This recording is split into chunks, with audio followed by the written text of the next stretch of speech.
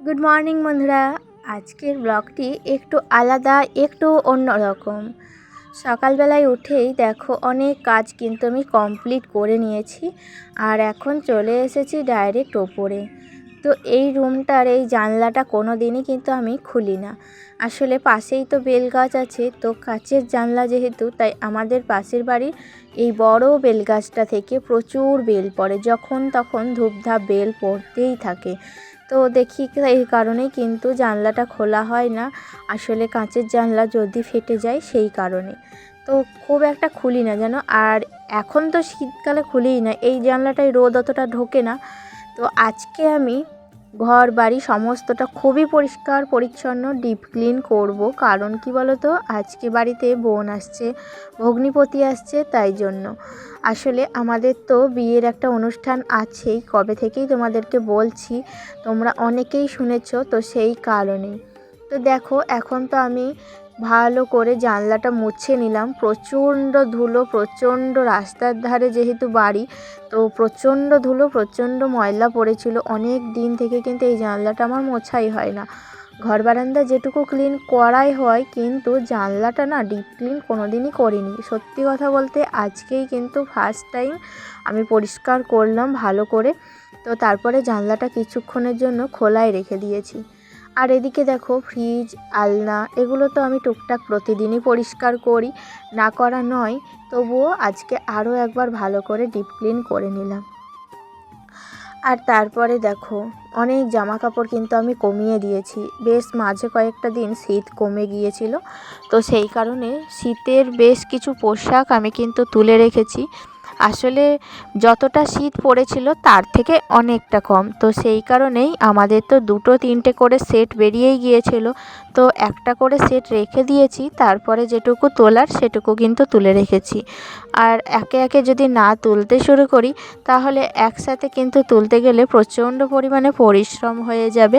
সেই কারণে আমি একটা কাজ করে বুদ্ধি করে কিন্তু আলাদা আলাদা করে তুলতে শুরু করেছি। আর তারপরে দেখো সেই দিনকে যে বেড কভারটা কিনেছিলাম, আজকে সমস্ত ওপরে যত খাট বিছানা আছে সবগুলোতেই কিন্তু নতুন নতুন বেড কভার পেতে দেবো। আর পুরনো বেড কভারটা কিন্তু আমি তুলবো না, পুরনো বেড কভারটা তলে যেমন ছিল তেমনিই থেকে থাকবে। তো কারণ পুরনো বেড কভারটাও কিন্তু আমার নতুনই, তো মানে কাচাকুচি পরিষ্কার, তো সেই কারণে সেটাকে আর তুলবো না, তার ওপরে পেতে দেব। তো এগুলো যখন ইউজ করা কমপ্লিট হয়ে যাবে তখন এগুলোকেই তুলে আবার কেচে তুলে রাখবো। আমি এই রকমই করে থাকি। তো দেখো এই বেড কভারটা মায়ের কাছে নিয়ে এসেছিলাম। এই বেড কভারটা কিন্তু আমার খুব পছন্দ হয়েছিল। এক ফেরিওয়ালা কাকু বেচতে এসেছিলো, তো মা দুটো নিয়েছিল আর আমাকে এটা কিনে দিয়েছিল। আর ওই চাদরটারই আর একটা পিস কেটেছিলাম, তোমাদের দেখিয়েছিলাম। এইটাই কিন্তু আমি এখন চৌকিটায় পেরে দেবো। এই চৌকিটা আমি কোথায় যে রাখবো ভেবে পাই না, তাই একটা রুমের ভেতরেই কিন্তু আমার দুটো, মানে একটা খাট একটা চৌকি, দুটো শোয়ার জায়গা রয়ে গেছে, তাই ঘরটাও কিন্তু অনেকটা ছোট হয়ে গেছে। তো চৌকিটা নিচের তলাতেও কিন্তু নামানো যায় না। আসলে বাড়িটা যখন হয় তখন কিন্তু একটু সমস্যা করেই হয়েছিল, সেই কারণে আমাদের নিচের তলার চিলেকোঠাটা প্রচণ্ড পরিমাণে ছোট। তো কোনো বড় আলমারি, চৌকি কোনো কিছুই কিন্তু উঠতে প্রচুর কষ্ট হয়, আর বেশি বড় হলে সেগুলো আবার ওঠেও না। সেই কারণেই চৌকিটাকে আমার এখানেই কিন্তু রাখতে হয়েছে। বারান্দাতে কয়েকটা দিন রেখেছিলাম, কিন্তু বারান্দাতে এখন সোফাটা রাখাই, কিন্তু চৌকিটাকে এই রুমটায় রাখতে হয়েছে। এরকম করেই কিন্তু আমরা অল্টারনেট করে জিনিসপত্র রেখে থাকি। তো যাই হোক, এখন ঘরগুলো আমি একটু মুছে নেব ভালো করে। পাকা বাড়ি হলেই বা কী হবে, প্রতিদিন যদি না মুছি না, তাহলে এত নোংরা লাগে ঘরবাড়ি, মনে হয় কিছু একটা মিসিং আছে। পাকা বাড়ির সৌন্দর্য হলো তোমরা যত মুছবে ততই কিন্তু চকচক করবে, আর যত কিন্তু না মুছবে সেই বাড়িটা কিন্তু মাটির বাড়ির থেকেও জঘন্য লাগবে দেখতে। এইটাই হলো কিন্তু পাকা বাড়ির সৌন্দর্য। তো যাই হোক, এদিকে দেখো আমাদের মেঝেগুলো এত ফেটে গিয়েছে, কিন্তু না মুছলে ভালো লাগে না বলেই কিন্তু প্রতিদিন আমি মুছি। আমরা মানে নতুন হলো দোতলাটা করা, বেশি দিন হয়নি, তবে এত ফেটে গিয়েছে ক্যামেরাতে বোঝা যাচ্ছে না, তবে কাছ থেকে দেখলে তোমরা বুঝতে পারবে এত পরিমাণে ফাটা, মানে কি বলবো। পরবর্তীকালে যদি সময় সুযোগ করে উঠতে পারি, ভগবান যদি তেমন দিন করেন, তাহলে কিন্তু এগুলোকে সব তুলে আমি টাইলস বসিয়ে দেওয়ার মানে মনের ইচ্ছা আছে। এখন দেখা যাক কতটুকুই বা করতে পারি। আসলে ইনকাম কতটুকুই, পরিবারে যতটুকু ইনকাম হয় ততটুকুই তো মানে খাওয়া দাওয়া পড়াশোনা এগুলো করতেই খরচা হয়ে যাচ্ছে। তো সেখান থেকে জমিয়ে আর কোনো কিছুই করা সম্ভব হয়ে ওঠে না। দুর্মূল্যের বাজারে জিনিসপত্রের যা দাম, প্রচুর পরিমাণে দাম বেড়ে যাচ্ছে, তার মধ্যে অসুখ বিসুখ সব কিছু তো লেগেই আছে। তো কোনটা কমপ্লিট করব আর কোনটা কি করব আগে কিছুই বুঝে উঠতে পারি না। তো ভগবান সেরকম দিন যদি করে, মনের ইচ্ছাগুলো একটা একটা করে সব পূরণ করার চেষ্টা করব। দেখা যাক কবে কি করে উঠতে পারি। আর এদিকে আমার কিন্তু ঘর মোছা প্রায় কমপ্লিট হয়ে গিয়েছে, এখন কেবল সিঁড়িটা মুছতে পারলেই কিন্তু অনেকটা রেডি। আর রান্নাবান্নার সিনটা আজকে তোমাদের সাথে শেয়ার করিনি, কারণ এদিককার ভারী কাজ করতে করতে অনেক বেলা হয়ে গিয়েছিল। তো রান্না তার জন্য আমি আগেই কমপ্লিট করে রেখেছিলাম। আসলে মাঝখানে অনেকটা টাইম গ্যাপ দিয়েছি, তোমরা বুঝতে পারছো না পরপর সিন আসছে বলে, কিন্তু তখনই কিন্তু রান্নাবান্নাটা আমি সমস্তটা কমপ্লিট করে এখন চলে এসেছি দেখো সিঁড়িতে।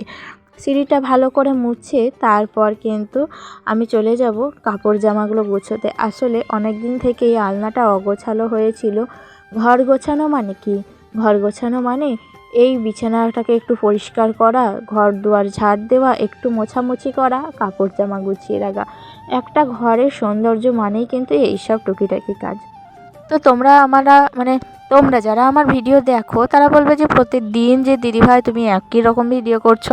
আসলে সংসারের কাজ তো একই রকম, প্রত্যেক দিনই আমাদের একই রকম কাজ করতেই হয়, আর এগুলো নিয়েই তো আমার ভিডিও।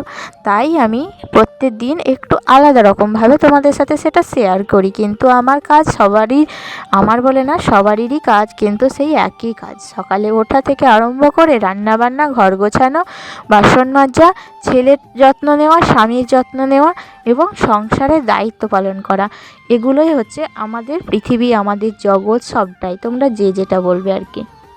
আর এদিকে দেখো লেপ কাঁথা যেগুলো কাচাকুচি ছিল সেগুলো কিন্তু সমস্তটা একটা ঘরের মধ্যে ভালো করে আমি গুছিয়ে রেখে দিলাম। তো সেগুলো কিন্তু গায়ে দেওয়া হবে। আর এখন কিন্তু আমার দুটো রুম, বারান্দা সব কিন্তু দেখো পরিষ্কার পরিচ্ছন্ন, পরিপাটি কমপ্লিট হয়ে গিয়েছে গোছানো। কেমন লাগছে বলো এখন তোমরা?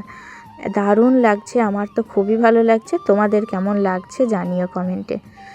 তো ফাইনালি দেখো চলে এসেছি আমরা এখন বিয়েবাড়ি যাচ্ছি, মানে একেবারে সন্ধেবেলায়। অত কিছু কাজ করার পর দুপুরে তো একটু রেস্ট নিয়েছিলাম, তো দুপুরে রেস্ট নেওয়ার পর খাওয়া দাওয়া তো করিনি, সন্ধেবেলায় একটু চা খেয়ে নিয়েছিলাম সকলে মিলে। তো তারপরে দেখো চলে এসেছি অনুষ্ঠান বাড়ি। এটা হচ্ছে আমার ছেলের একটা মানে স্কুলের ম্যাডাম হচ্ছে একদিক থেকে, আবার হচ্ছে আমার ননদের, তো আমাদের গ্রামের যেহেতু তাই আমার ননদের হাজবেন্ডের বন্ধুর মেয়ে। তো সেই পর্ব থেকেই মানে গোটা বাড়ি নিমন্ত্রণ ছিল। তো আমার বোনরাও এসেছিলো, আমার বোনরা এসেছিলো, আসলে আমার পিসির ছেলের রিসেপশন ছিল সেখানে যাওয়ার জন্য।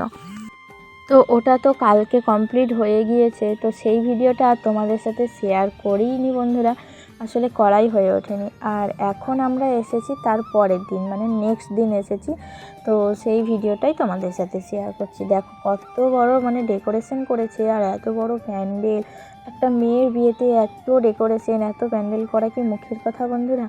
তো সবারই জীবনেই শখ থাকে যে আমার মেয়ের বিয়েটা খুব ভালোভাবে দেবো, সুখ স্বাচ্ছন্দ্যে আমার মেয়েকে যেন মানে কোনো অভাব যেন না দিতে পারি, মনের স্বাদটুকু যেন মিটিয়ে নিতে পারি, সবারই তো শখ থাকে। তো সেই রকমই একটা বলতেই পারো, তো সেই রকমই একটা অনুষ্ঠান। এখানে খাওয়া দাওয়া যেমন ভালো হয়েছিল, তেমনি আত্মীয় স্বজনের ব্যবহার, তেমনি কিন্তু লোকজন, প্রচুর লোকজন হয়েছিল। আর এত ভিড় ভাট্টা মানে কি বলবো তোমাদের। তো আমরা তো চাদর কেউই নিয়ে আসেনি। আসলে বুঝতেই পারছো শীতের বিয়েতে কে বা কোন মেয়েরা গায়ে চাদর নেয় বা সোয়েটার নেয়, তাই না? তো আমরাও কিন্তু তার ব্যতিক্রম নয়। তো আমার হাজব্যান্ড সোয়েটার পরেছিল, কারণ ওর খুবই গলা ব্যথা, খুব প্রচণ্ড ঠান্ডা, প্রচণ্ড জ্বর। আসলে পরপর শীতের রাতে ভোজ খেয়ে খেয়ে না ঠান্ডা লেগে গিয়েছে প্রচণ্ড পরিমাণে। তো ও তো প্রথমে বলছিল যে আমি তো যাবই না, তোমরা যাও খেয়ে এসো, কিন্তু একাই আসতে কেমন লাগছিল, তাই এক প্রকার জোর করেই কিন্তু ওকে নিয়ে আসা। আর এসেই দেখো আমরা কেবলই কনে দেখেই কিন্তু বসে পড়েছি আগে খেতে, তারপর খাওয়া দাওয়া করে একটু ঘোরাঘুরি করেই কিন্তু বাড়ির দিকে রওনা দেব, কারণ প্রচণ্ড ঠান্ডা লাগছিল। আর ছেলেকেও কিন্তু আমি সোয়েটার পরিয়ে দিয়েছিলাম, আসলে ওরও শরীরটা খুব একটা ভালো নেই, প্রচণ্ড ঠান্ডা লেগে গিয়েছে, সর্দি লেগে গিয়েছে। তো দেখো এখন কিন্তু আমরা খেতে বসে পড়েছি, আর খাওয়ার টেবিলে পরিবেশন হচ্ছে এখানে মেটে চপ। তো মেটে চপ খাওয়ার পর বাবু তো এখানে ফ্রাইড রাইস নিয়েছিল, আর তার সাথে ছিল মাটন। তো মেনু কার্ডটা তোমাদের দেখালাম, কিন্তু এখানে এত বিয়ের প্যান্ডেলের লাইটিং ছিল, কিছুই কিন্তু স্পষ্ট আসেনি। তবুও আমি যেটুকু পেরেছি তোমাদের জন্য সংগ্রহ করেছি আর শেয়ারও করেছি। আগে জানো তো, বিয়ে বাড়ি বা কোথাও যদি যেতাম কোনো অনুষ্ঠানে, তো সেখানে ক্যামেরা করতে নিজেকে খুব লজ্জা লাগতো। এখন কিন্তু সেগুলো আর নেই, লজ্জা কোথাও একটা ভেঙে গিয়েছে জানো তো, করতে করতে এমন অভ্যাস হয়ে গিয়েছে, এখন কিন্তু আর অতটাও লজ্জা লাগে না। তো চলো, খাওয়া দাওয়া তো শেষ হয়ে গিয়েছে, কমপ্লিট। এখন দেখো বেরিয়ে পড়েছি আমরা। তো এখন যাব একটু বর দেখতে, কিন্তু এখনও বর আসেইনি। তো বর না হোক, ছাদনাতলাটা একটু তোমাদের সাথে শেয়ার করি। তো এই শীতকালে দিয়েছিল আইসক্রিম ভোজে, তো ভোজে আইসক্রিম তো আমি একটাও খাইনি, আমাদের বাড়ির কেউই খায়নি, কেবল বোন খাচ্ছে পিছনে, দেখতেই পাচ্ছ। তো সমস্ত আইসক্রিমগুলো নিয়ে গিয়ে বাড়িতে ফ্রিজে রেখে দিয়েছিলাম, পরের দিন সকালে খাওয়া দাওয়া করেছিলাম আর কি। তো দেখো এখন চলে এসেছি ছাদনাতলা দেখতে যাব, তার আগে মেন গেটে ঢুকছি। চলো তাহলে বন্ধুরা, এখন আমরা ঢুকে পড়ি বিয়ের একেবারে মণ্ডপে। বর তো আসার অপেক্ষায় থাকলাম, কিন্তু বর দেখানো হলো না, তবুও বরের এই যে ছবিটা তোমাদের সাথে শেয়ার করলাম। আজকের মতো তাহলে ভিডিওটি বন্ধুরা এখানেই শেষ করছি, দেখা হচ্ছে নেক্সট ব্লগে। ভালো থেকো, সুস্থ থেকো, কেমন লাগলো অবশ্যই জানিও। টাটা।